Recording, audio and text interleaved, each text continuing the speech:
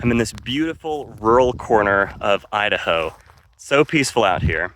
And there also happens to be a geocache. Right here, we have a stop sign. Looks pretty normal, right?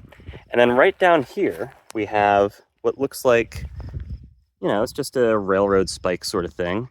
But, oh yes, it comes out. And then, get this, you can unscrew this. And inside, we'll drop that for a second. Inside is the geocache logbook right there. That's so cool. All right, so the geocache is back inside there, and now we can just screw that back in. All right, and then we just go back over here. It goes right back in its hiding spot, and it's ready for the next finder.